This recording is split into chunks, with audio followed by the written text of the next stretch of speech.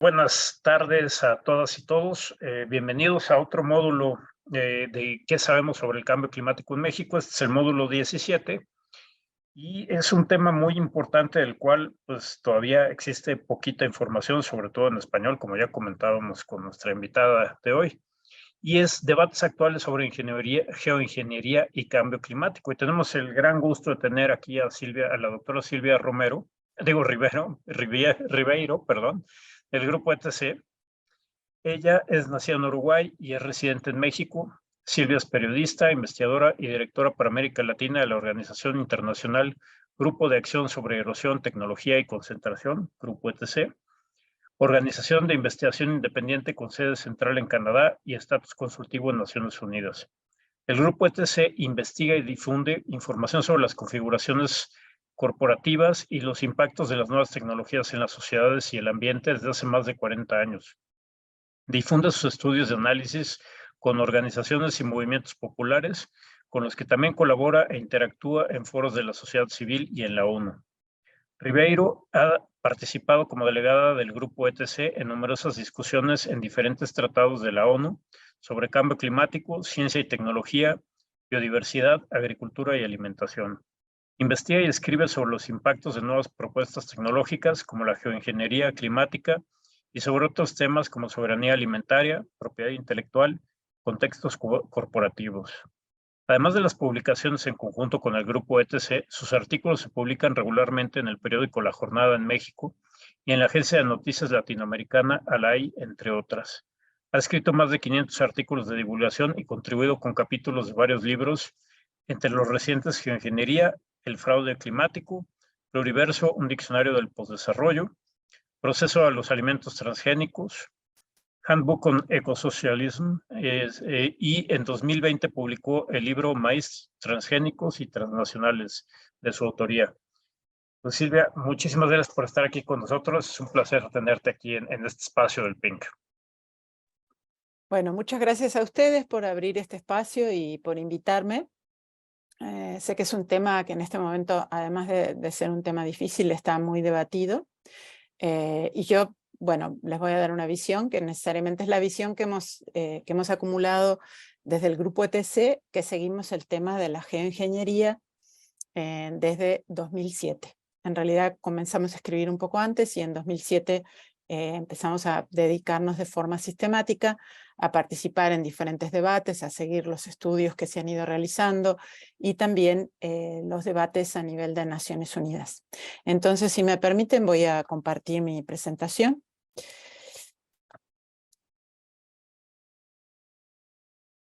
Bueno, creo que se ve, ¿verdad? Sí, sí, lo estamos viendo. Ok, muy bien. Entonces, bueno, primero, aunque sé que ustedes, digamos, por el trabajo que llevan aquí en el seminario, lo conocen, yo quería recordar, digamos así, que la responsabilidad histórica del cambio climático es muy desigual. 10 países, principalmente Estados Unidos, causaron más de 2/3 de los gases emitidos desde 1850. Y por otro lado, si contamos a nivel de empresas, solamente 100 empresas son responsables del 71% de los gases de efecto invernadero emitidos, son sobre todo empresas de petróleo, carbón y cemento, y gas y cemento.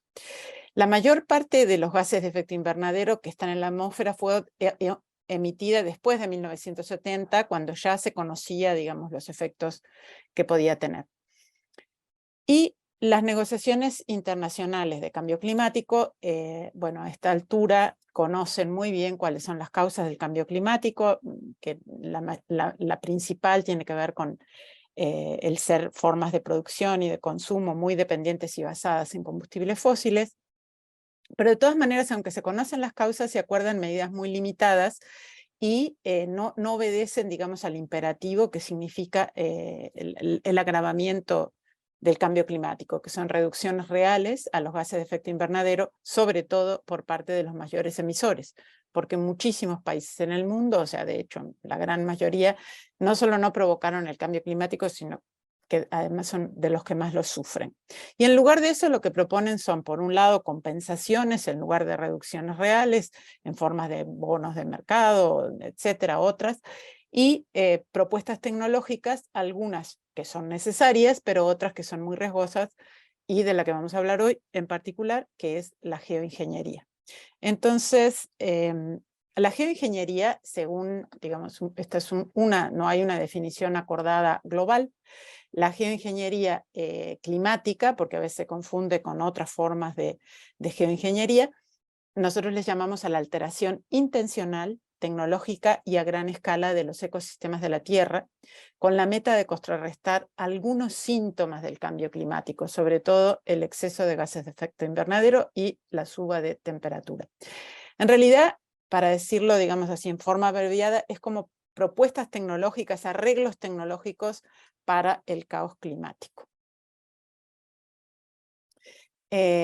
Aquí, digamos, esto es una muestra general, algo así, de las propuestas que hay de geoingeniería en este momento. Esto no es muy, digamos, lo que quiero mostrar sobre todo acá. Voy a pasar rápidamente por cuáles son las propuestas que hay en este momento, pero lo que quiero dar la idea es de que realmente las propuestas de geoingeniería, que en este momento hay unas 30, algo así en total, tienen que ver con intervenciones en todos los ecosistemas de la Tierra, sean terrestres, marinos o en la atmósfera y en el aire. Entonces, por ejemplo, desde blanquear las nubes, que son, digamos, esa especie de barcos no tripulados, o fertilizar los mares para que absorban más carbono. Bueno, hay propuestas que en realidad son casi de ciencia ficción, pero que existen, como por ejemplo espejos que reflejen la radiación solar antes de que llegue a la Tierra. Y en todo eso también hay muchas propuestas de geoingeniería a nivel terrestre, desde, digamos, diferentes formas de absorber el carbono y ponerlo en fondos geológicos, marinos o terrestres. Y también otra que, bueno, en México se ha hecho particularmente relevante porque tiene que ver con la geoingeniería solar, que es hacer nubes artificiales con alto contenido de sulfatos también para reflejar la luz del sol. Esto es un poco para darles una idea general, sin embargo, vamos a ver con más detalle.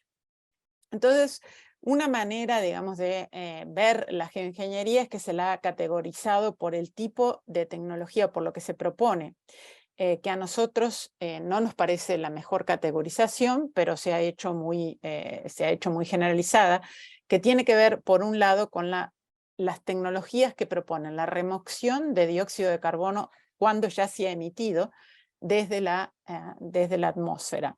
Entonces eso se trata de absorber gases de efecto invernadero de la atmósfera y almacenarlos en forma permanente en alguna parte, digamos, porque hay diferentes propuestas, sea en mar o en fondos mineros o incluso en pozos petroleros agotados. La otra gran categoría, digamos así, en las que se separan por el tipo de intervención es el manejo de la radiación solar, que también se le llama modificación de la radiación solar, y bueno, es una de las tecnologías de geoingeniería solar y que tiene que ver con reflejar parte de los rayos solares hacia el espacio, sea antes de que lleguen a la Tierra o cuando ya están en la Tierra, por ejemplo, a nivel de suelo o de mar incluso. Y el último es la modificación del tiempo, que es la modificación de los patrones de lluvia o granizo a nivel local, y que eso existe, está bastante difundido. Hay una discusión sobre si califica en la definición de geoingeniería, porque es sobre todo modificaciones a nivel local. Pero hay lugares, por ejemplo China, en donde la extensión de este tipo de manipulación es tan grande que definitivamente incluso puede tener impactos transfronterizos. Por ejemplo, en China están haciendo una forma de modificación del tiempo que tiene que ver con modificación de lluvia para alimentar ríos, que es sobre el Himalaya y tiene una extensión mayor a España, ¿no? Entonces, digamos, ya no estamos hablando de cosas locales. Pero de todas maneras, en general, cuando se discute la geoingeniería, se refiere a estas dos tecnologías, a estas dos categorías tecnológicas, ¿no? Bueno,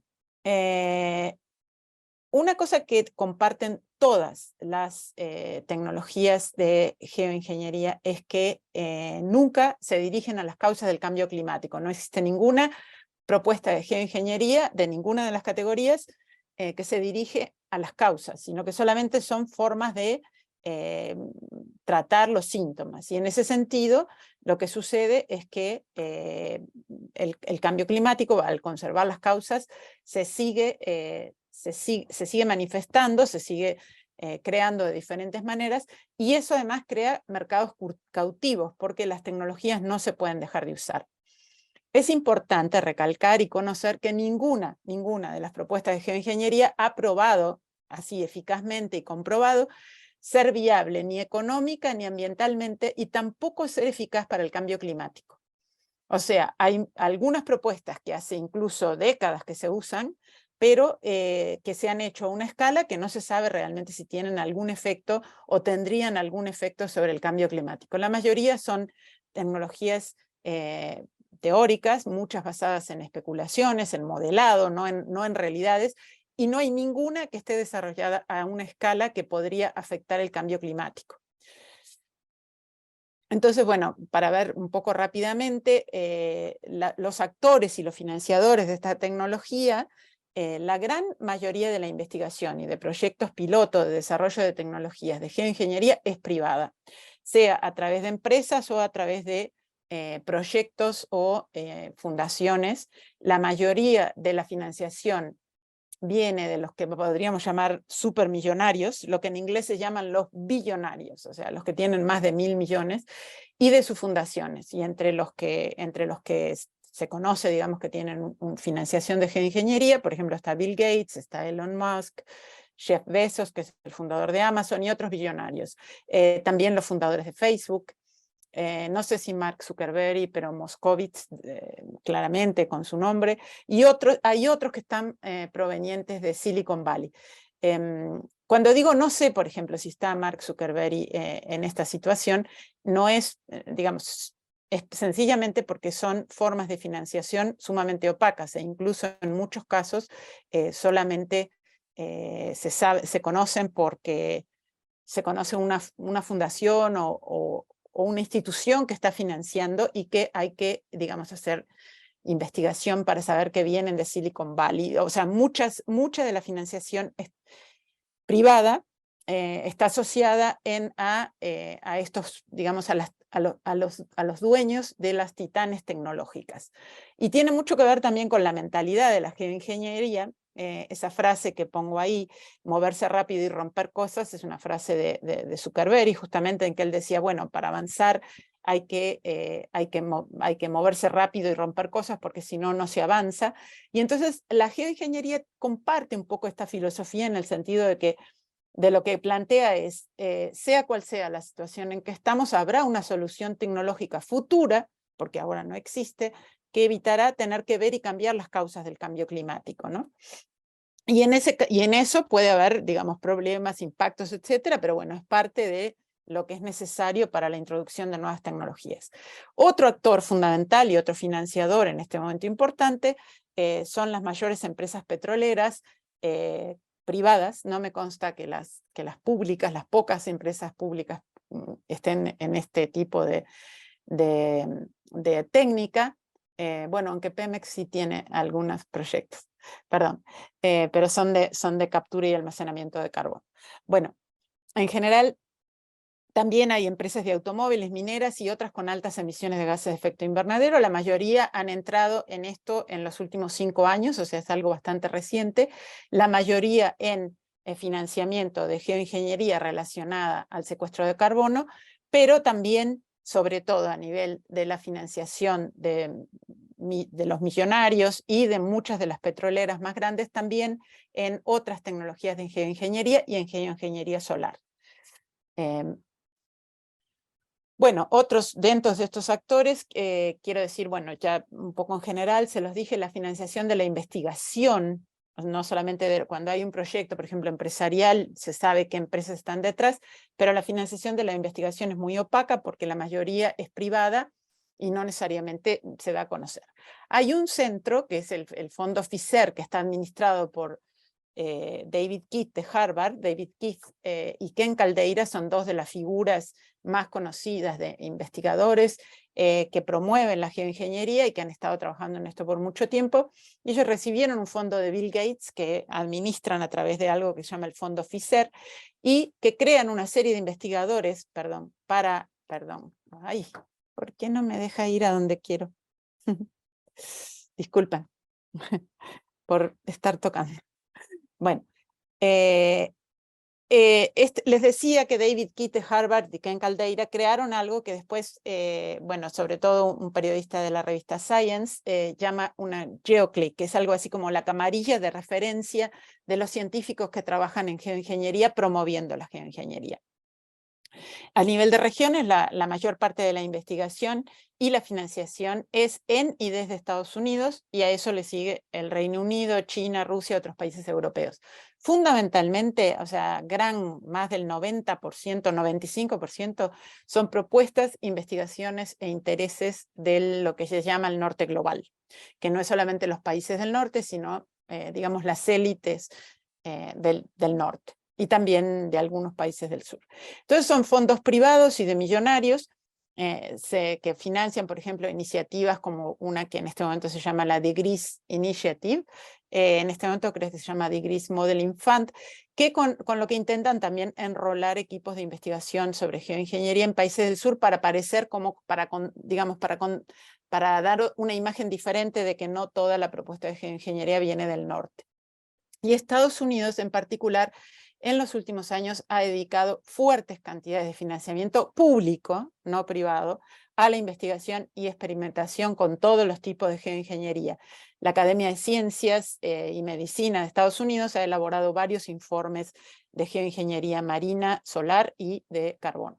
Europa también ha dedicado varios fondos a la investigación, pero no a experimentos de campo de geoingeniería, y China también, además de extensos programas de modificación climática. Entonces voy a pasar, digamos, rápidamente por alguna de las propuestas. Para nosotros, la definición más importante de las tecnologías para entender sus impactos tiene que ver sobre qué ecosistema intervienen, y no tanto con el tipo de tecnología que se va a usar.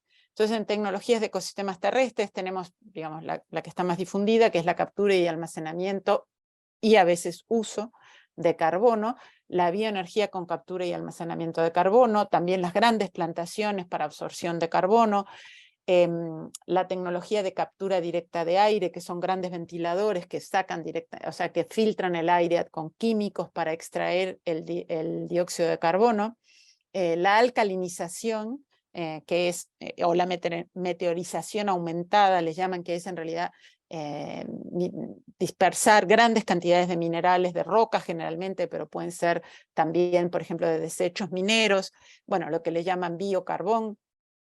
También hay una serie de propuestas de ingeniería genética, tanto sea para árboles, por ejemplo, transgénicos, que supuestamente podrían admitir, digamos que podrían tener una mayor capacidad de absorción de carbono, cultivos transgénicos más reflejantes.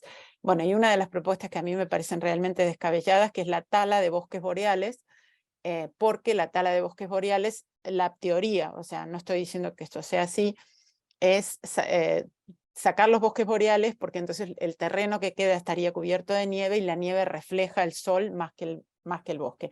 Esto tiene, por supuesto, una serie de otros detalles, o sea que no, lo digo, pero hasta a veces me parece como de ciencia ficción. Pero bueno, todas estas son propuestas que existen, que tienen algún tipo de fundamentación científica y que, aunque digamos están también muy criticadas, y que también tienen financiación. Entonces, solo para entender, les voy a dar algunos pocos ejemplos de los impactos que pueden tener estas tecnologías en particular.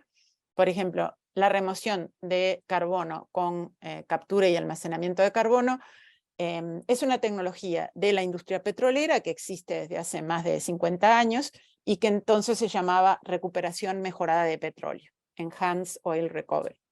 Este tipo de tecnología inyecta gas en los fondos petroleros y en realidad lo que hace es empujar las reservas profundas de petróleo a las que no podían acceder hacia la superficie. Y además, como el gas que utilizan para empujar eso es dióxido de carbono, se supone que a determinada profundidad se liquidifica y queda, digamos, enterrado. Nada de eso ha sido probado en forma permanente, pese a que es una tecnología que existe hace tanto tiempo. Pese a que esto suena casi como que, bueno, podría ser una forma de retirar carbono de la atmósfera, etcétera, en realidad la infraestructura, las nuevas infraestructuras que requieren son muy importantes, porque hay que hacer otra perforación paralela, por ejemplo, a los pozos existentes, pero incluso aunque se ponga, por ejemplo, en fondos marinos, como hay en algunos casos, requiere de una gran cantidad de nuevas, en este caso sería carbonoductos, digamos, ¿no? Entonces una gran cantidad de ductos, por ejemplo, según los planes de Estados Unidos, se multiplicaría por 13 la cantidad de ductos que existen en este momento para poder realmente dar lugar a una cantidad de captura y almacenamiento de carbono que realmente tuvieran significado en el marco del cambio climático, en el marco del cambio climático global.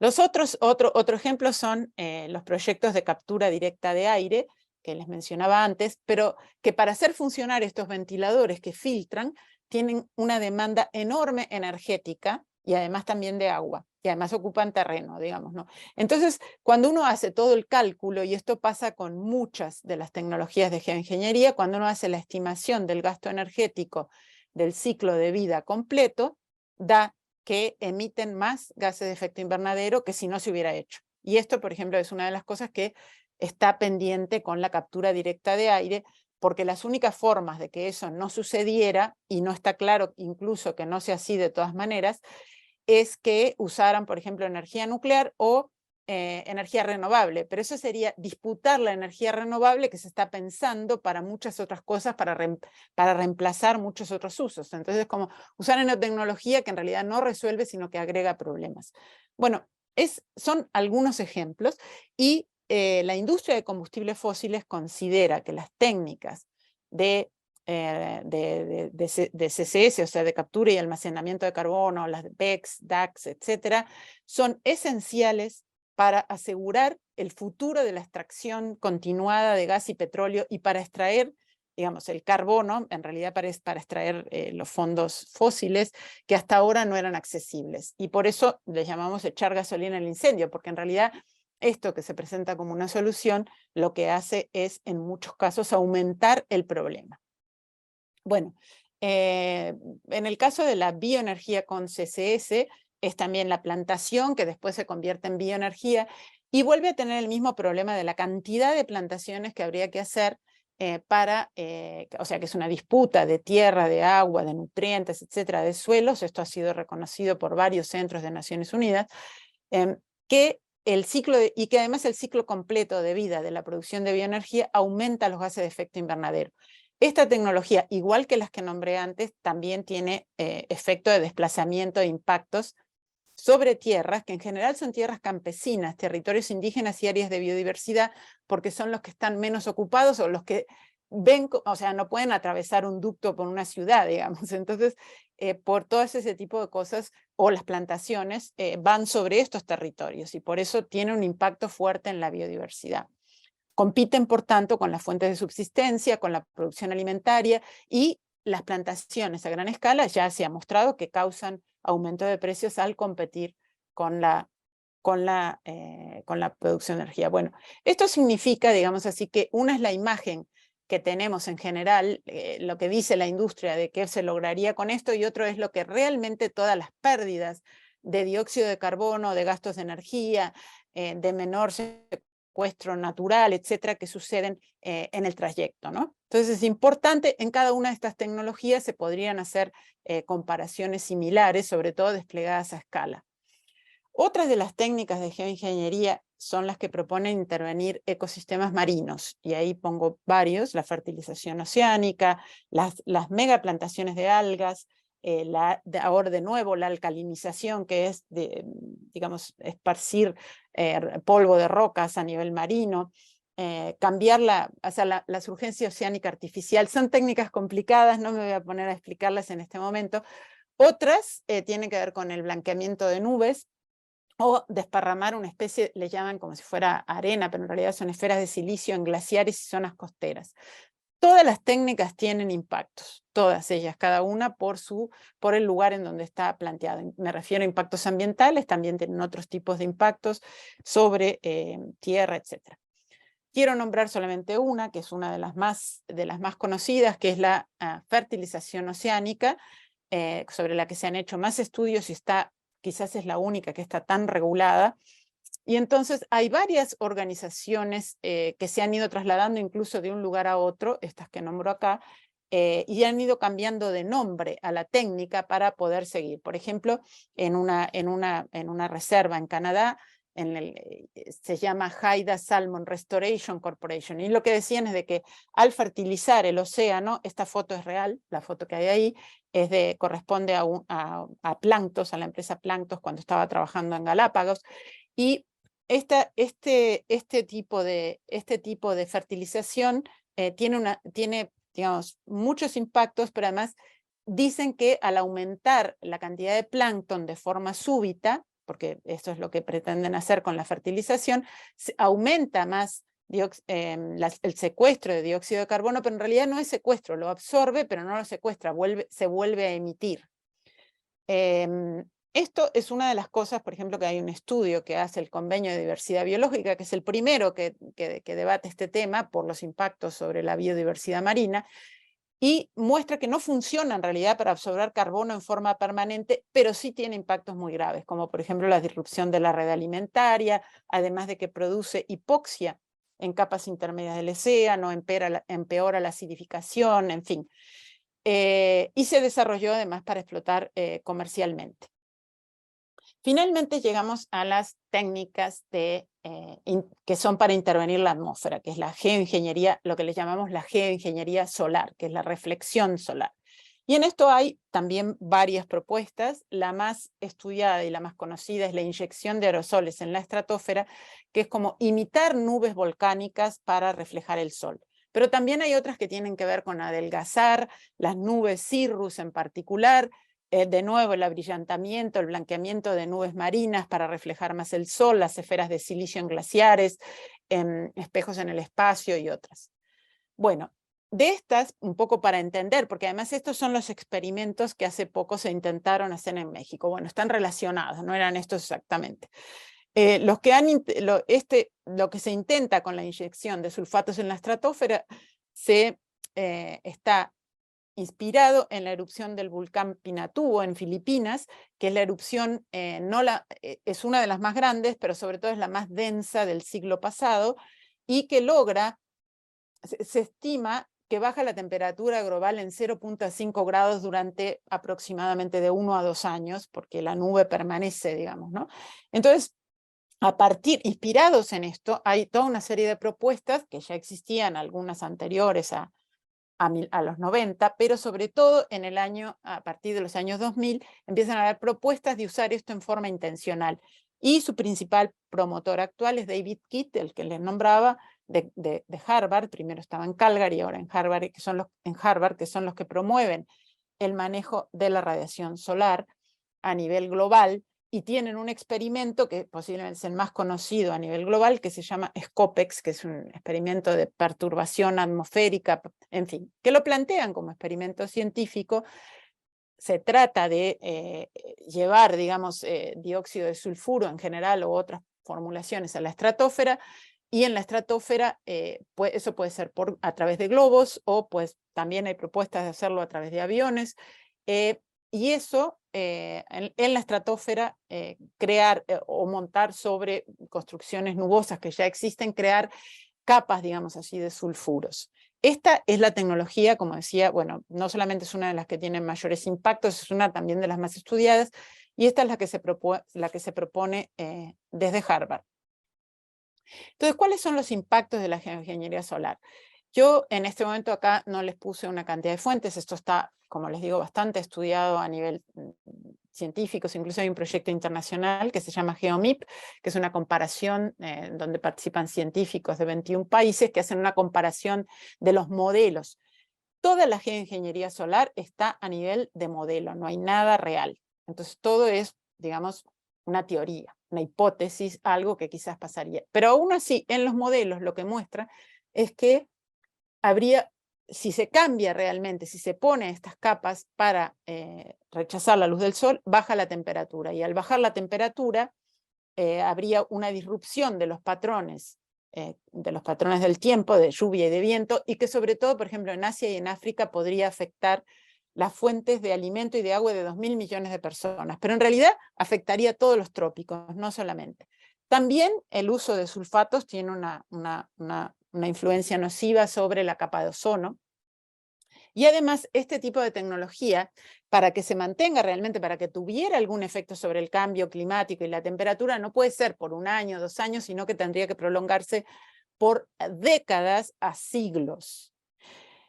Y si eso se interrumpe por cualquier razón, puede ser se terminó la financiación, porque no hay acuerdo a nivel internacional, porque algunos tuvieron los impactos malos, porque por cualquier razón, habría lo que le llaman un shock de finalización, que es que hay un aumento repentino de la temperatura si se detiene, y por lo tanto crea dependencia realmente de seguir, ¿no? Además, ignora, o por lo menos puede empeorar, si se usa, depende de lo que se use, pero también continúa con la acidificación del océano, reduce el aprovechamiento de la energía solar, y sobre todo tiene potencial de uso militar. Es una de las tecnologías que el solo hecho de poseerla, si realmente, por ejemplo, un país hace este tipo de nubes a gran escala sobre su propio territorio, como hay países muy grandes que lo podrían hacer, o en un territorio en el que se pongan de acuerdo, por ejemplo en América del Norte, esto a su vez tendrá impactos en muchos otros territorios, pero el solo hecho de poseer la tecnología tiene ya en este momento un impacto de tipo geopolítico en cuanto a quién la está estudiando, quién invierte, quién la va a manejar, un poco parecido al debate de la energía nuclear. Entonces, un poco como para resumir, ¿cuáles son los peligros de la geoingeniería?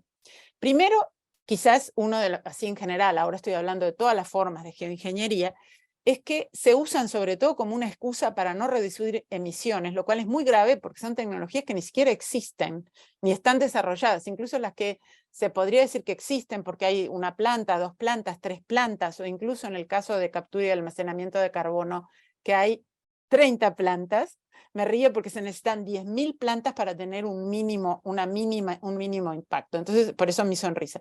Pero lo que quiero decir con esto es de que es una excusa, porque nada de eso va a estar en el tiempo necesario para realmente poder reducir las emisiones. Entonces, lo que va a pasar es de que se está desarrollando tecnologías que producen mercados cautivos, pero que en realidad no son para el cambio climático. Son además tecnologías a una escala, para que tengan algún impacto deben ser a una escala muy grande, todas, y desarrollarse durante un tiempo muy prolongado. Y por lo tanto no es posible hablar de una fase experimental, porque lo único que se puede experimentar es una determinada tecnología en un lugar, pero no si tiene impacto en el cambio climático.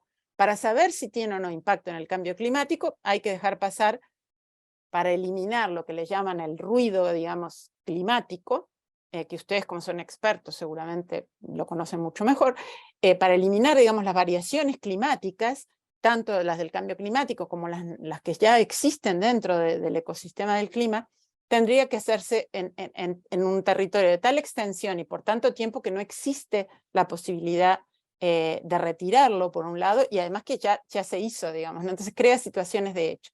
Además no es confiable, son tecnologías especulativas y muchas son de alto riesgo. Y los impactos, sobre todo de la geoingeniería solar, son tremendamente desiguales, incluso los promotores saben que habrá quien tenga un mejor clima y quien tenga uno mucho peor, con más sequías, con lluvias, inundaciones, etc.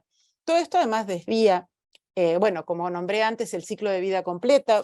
Cuando se analizan estas tecnologías y sobre todo a escala pueden generar más gases de efecto invernadero, desvían la atención y los recursos de las soluciones, y además se podrían, y en algún caso se han intentado hacer de forma unilateral, lo cual de alguna manera significa que quien tenga la tecnología y la infraestructura para poder desarrollarla, tiene de alguna manera el control del termostato global, lo cual agrega, digamos, a los desequilibrios geopolíticos que ya existen. Entonces, bueno, la geoingeniería solar en México no se ha desarrollado, no se han planteado, salvo un experimento, digamos, que intentaron hacer. En realidad el ejemplo es casi nimio, digamos, en el sentido de que era una pequeña empresa estadounidense que le pone Makes and Sets y que dice que va a hacer ejercicio, digamos, experimentos de geoingeniería y los va a vender, o sea, lo hace con fines comerciales. Inventan además un término que se llama créditos de enfriamiento. Al principio las personas que trabajaban decían que iban a generar créditos de carbono, pero cuando alguien les preguntó cómo van a generar créditos de carbono, dijo, no, no son de carbono, sino que son de enfriar. Nosotros están usando globos que compraron en Home Depot, literalmente, o en Amazon, en fin, por internet, y entonces están haciendo globos meteorológicos a los que le ponen sulfuro y los tiran y suponen que llegan a la estratosfera. Entonces, el experimento realmente era vergonzoso desde el punto de vista de la falta de seriedad, es como una especie de, es casi como si fuera una parodia.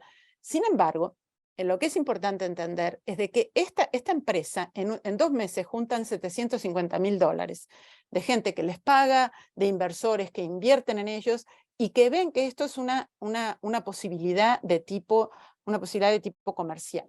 Entonces, bueno, se basan además, y esto es importante también porque aquí hay una conexión, en los estudios de geoingeniería de David Keith de Harvard. O sea, ellos dicen cuando les preguntan, bueno, pero ustedes para hacer este experimento, entonces dicen, bueno, este experimento lo hacemos por los datos y dan datos, están incluso en su blog, en su sitio web, explican cómo se basan en los estudios de Keith, que es una cosa muy importante porque investigadores como Keith y otros dicen que la investigación de geoingeniería solar se queda dentro del laboratorio o hacen pequeños experimentos, pero en realidad va mucho más allá, por ejemplo, con quien lo haga en forma comercial, o por ejemplo, la semana pasada George Soros, que es otro millonario global, anunció que va a invertir en este tipo de experimentos y de tecnología en forma comercial también, ¿no? No sé si George Soros lo dijo en forma comercial, pero esa es digamos, el horizonte, el que tenga un rédito de tipo comercial y por lo tanto crear una serie de experimentos que podrían tener impactos locales,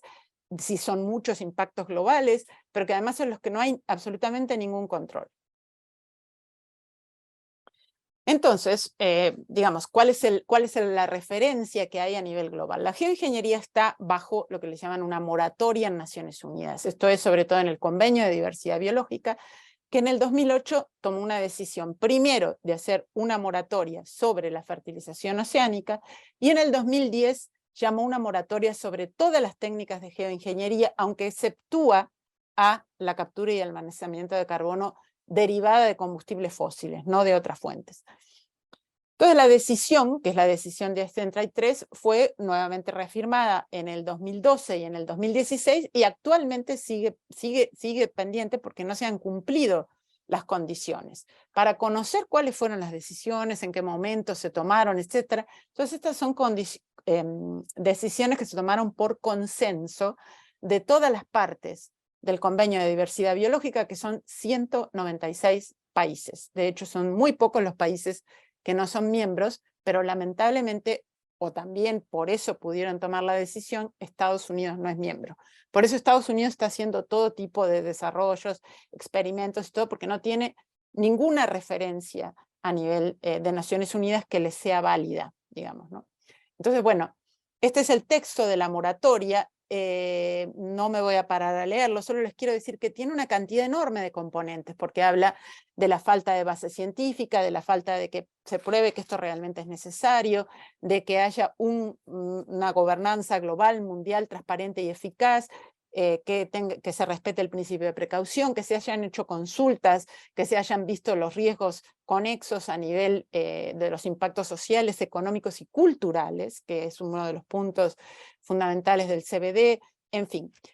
Exceptúa que se podrían hacer algunos experimentos de pequeña escala, pero también con una serie grande de condiciones, por ejemplo, que sean solo para investigación. Entonces, por ejemplo, el experimento de Makes and Sets no entra en eso. Pero además que tienen que ser en contenidos, o sea, aun cuando sean de campo, tendrían que ser contenidos en un espacio, en un entorno controlado, lo cual al aire libre no lo es. La geoingeniería además también, o sea, ha sido discutida en el Convenio de Londres, que tiene ese largo nombre, que es el Convenio de Prevención, en realidad es el Convenio de Vertidos en el Mar, de que no cualquiera puede ir y verter lo que se le ocurre en el mar. Entonces el Convenio de Londres tiene un protocolo, han tomado varias decisiones relativas a la geoingeniería marina.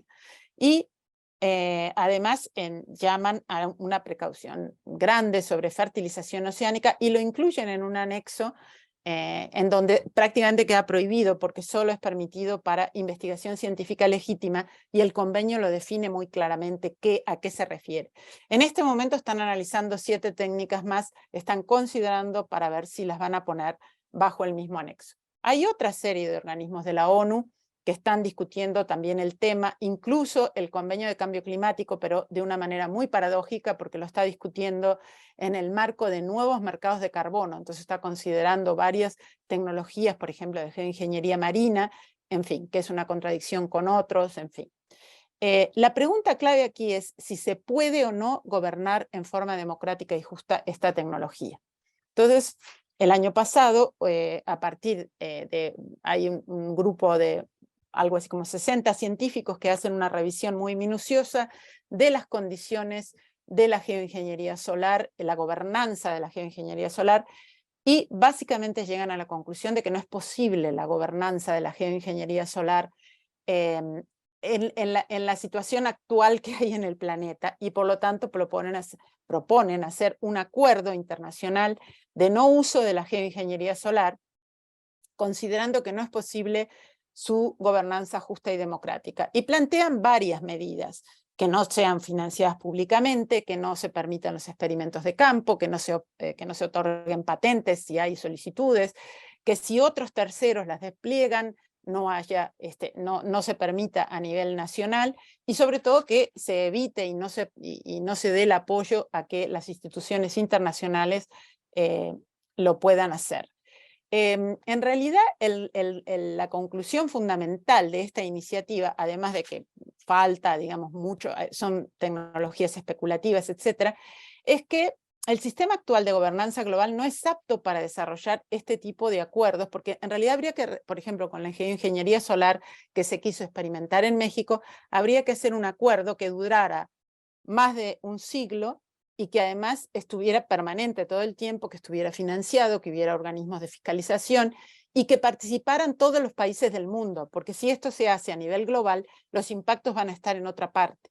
Entonces eso es grave, digamos así, y ellos llegan a la conclusión de que si eso fuera posible, que se mantuviera durante tanto tiempo un acuerdo de consenso global sobre el uso de una tecnología, por ejemplo, ya se hubiera acordado otras medidas sobre el cambio climático que harían innecesario este tipo de riesgos, ¿no? Entonces llegan a la conclusión de que no, de que es necesario promover un acuerdo de no uso de esta tecnología. Entonces, bueno, voy a pasar un poquito rápido porque se está terminando el tiempo. Quiero también decirles que, bueno, cuando la gente dice, bueno, pero ¿qué problema hay con los experimentos? Lo que pasa es que la geoingeniería, al nunca tener realmente la etapa temporal y espacial es tan larga que en realidad no son experimentos, es nada más que desarrollo de instrumental. Y el desarrollo de instrumentos, de herramientas, etcétera, si en un mundo como estamos ahora, totalmente desigual, hace que en realidad sean desarrollos que van a ser aprovechados por quienes tengan la infraestructura, los medios tecnológicos y los recursos, que ya lo están poniendo, para usar estas tecnologías. Entonces realmente acá hay, digamos, hay un consenso bastante alto, nombré estos científicos, también en el CBD y en otros lugares, de que no se deben hacer experimentos de ninguna manera de gran escala, pero además tampoco ni siquiera experimentos afuera del laboratorio, sino que la investigación se debe mantener a nivel de laboratorio, digamos, ¿no? Entonces, bueno, entre los promotores de la geoingeniería solar, quería nombrar, digamos, hay algunos que también promueven formas de gobernanza, como el C2G, que es el Carnegie Climate Governance Initiative, o la iniciativa de GRIS, que es un modelado, en fin, de geoingeniería, que en realidad ellos son promotores de la geoingeniería, pero se acercan desde el punto de vista de decir, vamos a discutir cómo se podría gobernar la geoingeniería, y proponen formas internacionales, pero internacionales no quiere decir que sean las que se necesitan, porque lo que se necesita es algo que realmente tenga en cuenta a los que serían más afectados, que los que pueden sufrir las sequías y las inundaciones decidan o no si usar. Entonces lo que dicen es de que, bueno, como ha habido inacción climática, se necesita desarrollar este tipo de tecnología como plan B o como emergencia, etc. Bueno, esto que proponen estas instituciones y otras, en general los promotores de la geoingeniería, lo que quieren es que haya un marco para que tener la seguridad de poder hacer experimentos, porque lo que quieren en este momento es hacer experimentos porque las tecnologías no existen. Pero a su vez, hacer los experimentos como plantean los 400 científicos, estos que nombré, que está, digamos, la información en Internet, eso ya en sí mismo crea un candado, digamos, de la tecnología, ¿no? Bueno, unas pocas cosas más. Quiero nombrar una comisión mundial, digamos, como para tener un impacto político. Eligieron los mismos grupos, en realidad es el C2G y la iniciativa de GRIS, etcétera, con el programa de geoingeniería de Harvard, porque realmente es como una camarilla, es como lo describe Eli Kintich, que es Eli Kintich, que es el periodista de Science que les pone ese nombre. Y entonces toman esta iniciativa, que es una comisión mundial designada por ellos mismos, invitan a diferentes políticos, algunos digamos, muy conocidos. Por México invitan a Felipe Calderón, que integra esta comisión. Y la comisión se supone que va a discutir formas de gobernanza de la geoingeniería, pero en realidad es una iniciativa completamente elitista y verticalista. Hay muchos documentos sobre esta comisión, pero digamos es algo así como la antítesis de un proceso democrático de discutir cómo sería una gobernanza realmente democrática y multilateral de la geoingeniería.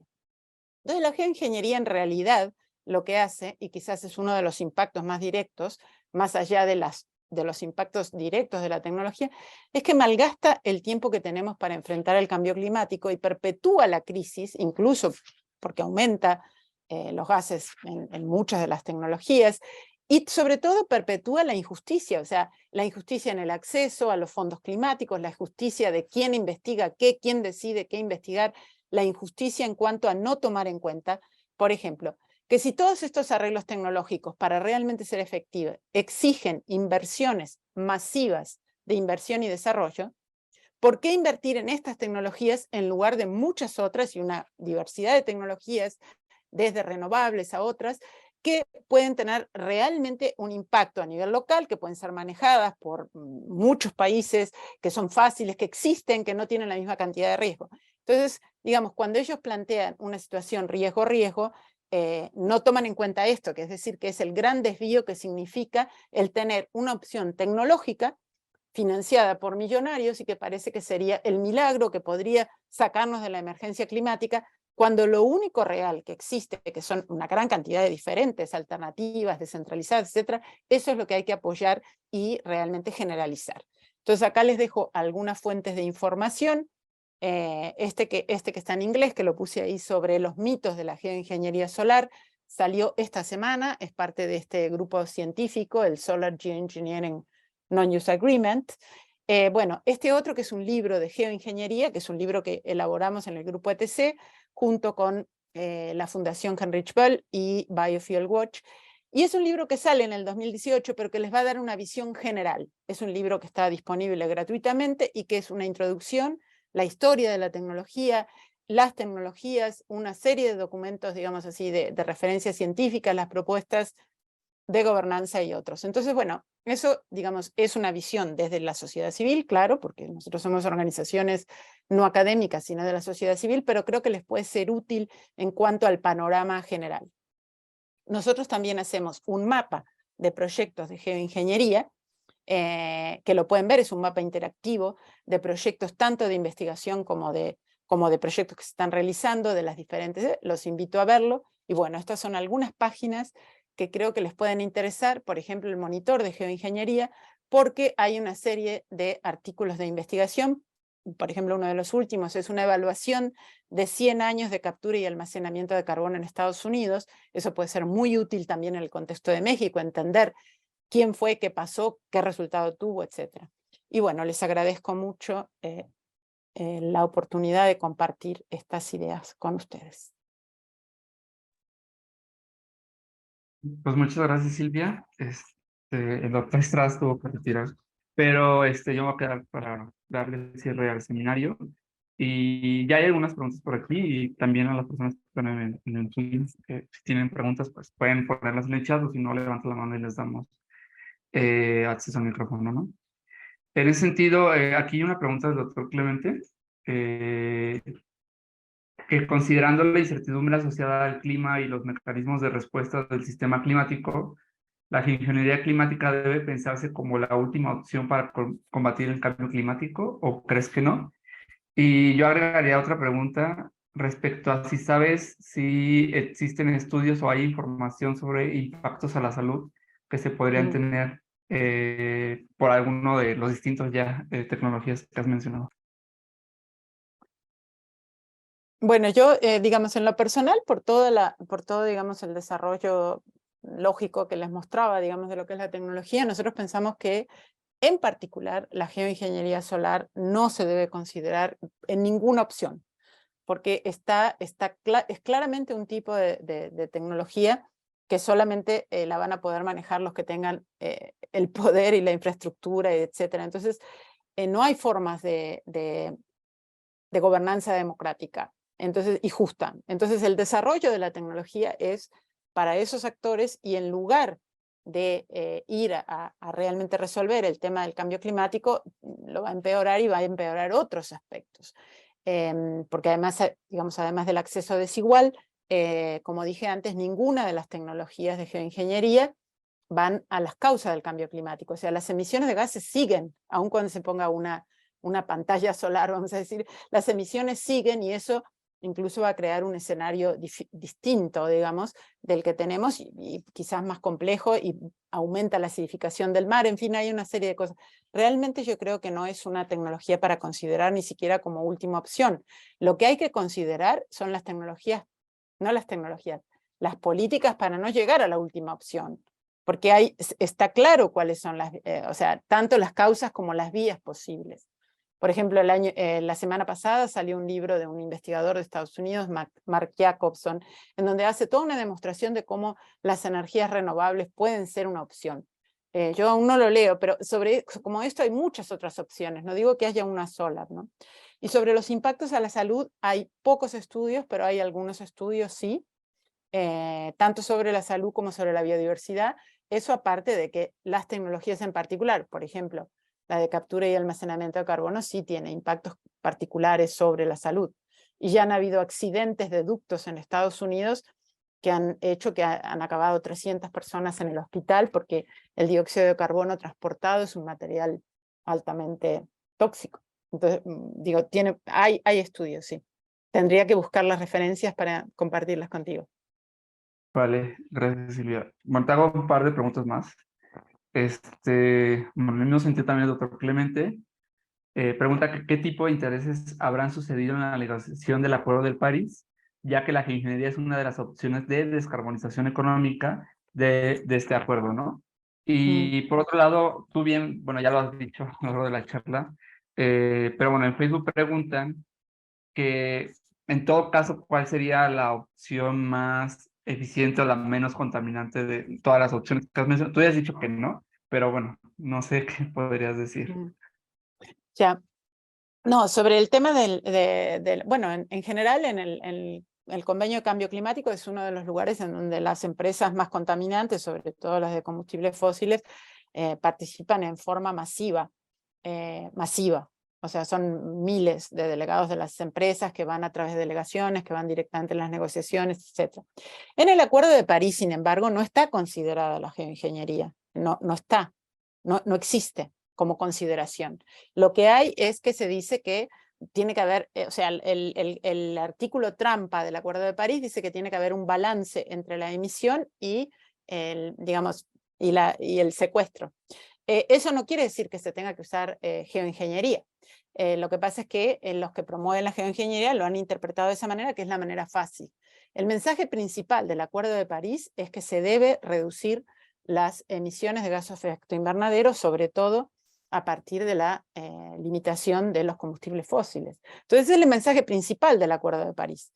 Lo que yo nombré sobre cambio climático es que en este momento se está discutiendo la revisión de los artículos del Acuerdo de París y hay un artículo, el artículo 6, que se propone como sustitución de lo que antes era el protocolo de Kioto.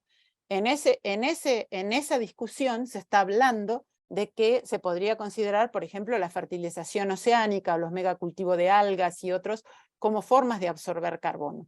Hay una gran cantidad de críticas a esta posición, que es una posición no oficial del convenio, sino que es del grupo que está preparando la discusión, es un grupo técnico. Entonces ya ha habido, de hecho, una gran cantidad de ¿cómo le llaman? Perdón, submissions, o sea, de contribuciones de diferentes partes de crítica a la consideración de estas tecnologías. Y sobre la otra que plantean, no, yo no veo que ninguna de estas tecnologías sean positivas. Yo creo que el camino no va por ahí. Sin embargo, nos lo presentan como tecnologías relativamente inocuas porque no muestran todos los impactos que puede tener y sobre todo las muestran aisladas. Por ejemplo, muestran un barquito en el mar que podría echar agua salada a las nubes y las nubes se pondrían más blancas y eso refleja la luz. Entonces, hasta ahí quedan y parece que es un barquito que se podría alimentar con energía solar. Bueno, en realidad eso, para tener efectos sobre el cambio climático, por ejemplo, una de las propuestas es poner toda una franja de barcos por toda la costa pacífica de todas las Américas. Entonces la cantidad que se pondría, claro que tiene una disrupción sobre las corrientes marinas, no sobre las corrientes, perdón, sobre las cadenas alimentarias marinas, tiene tiene contaminación, o sea, empiezan a haber una cantidad de cosas. Entonces, sobre todo el punto es que cualquiera de estas tecnologías llevadas a la escala necesaria para influir en el clima tienen enormes impactos y se presentan fragmentadas. Por eso, para nosotros no es solo la geoingeniería solar la que hay que realmente gobernar a nivel global, sino todas las tecnologías, porque si Estados Unidos quiere hacer miles y miles y miles de cierto tipo de tecnología, claro, aunque parezca que separada no tiene ese impacto, por supuesto va a tener impactos, por ejemplo, sobre México, sobre Canadá, etcétera, porque son tecnologías de impacto transfronterizo, ¿no? Entonces, como una primera cosa es que no se deberían desarrollar ninguna de estas tecnologías sin estudiar y entender cuáles son las condiciones, digamos, reales de que esa tecnología pueda ser gobernada democrática y justamente. Y bueno, estos científicos que lo han analizado básicamente dicen que es muy difícil. En la geoingeniería solar no es posible. De acuerdo. Bueno, yo te haría una última pregunta que también nos dejaron acá y ya tal vez con eso cerrar. Igual pregunta al doctor Clemente si sabes algo sobre el desarrollo del programa Center for Climate Repair del Carbon Neutral Futures de la Universidad de Cambridge, ya que tiene como objetivo experimentar 3 áreas: recongelar los polos, reciclar CO2 y reverdecer el océano. Sí, son todas tecnologías de geoingeniería, lo tenemos, bueno, yo lo pasé muy rápido porque ya se me acababa el tiempo, pero tenía nombrado este centro como uno de los, actualmente, de los promotores de la investigación y de los experimentos de geoingeniería. Incluso este centro, en una coordinación con Australia, hicieron un experimento ilegal de fertilización oceánica, ilegal porque no se pidieron los permisos, etcétera. Lo hizo Australia, en realidad quien está rompiendo la ley en este caso es Australia, pero ellos tienen colaboración con la misma institución. Sí, conozco muy bien ese centro y es uno de los centros de difusión de este tipo de tecnologías que yo les nombré, pero sin nombrar todo este tipo de otros impactos y implicaciones que tiene. Vale, pues te mandan muchos saludos y agradecen también por Facebook pues tu participación, Silvia, y igual nosotros te agradecemos que hayas dedicado tiempo a esta presentación. Y bueno, con eso, digamos, te iríamos cerrando este primer ciclo, perdón. Pero bueno, recordarles que la siguiente semana hay otra presentación hasta el 30 de marzo. Y pues nada, nos vemos la siguiente y te agradecemos, Silvia, mucho pues tu tiempo. Muchas gracias a ustedes.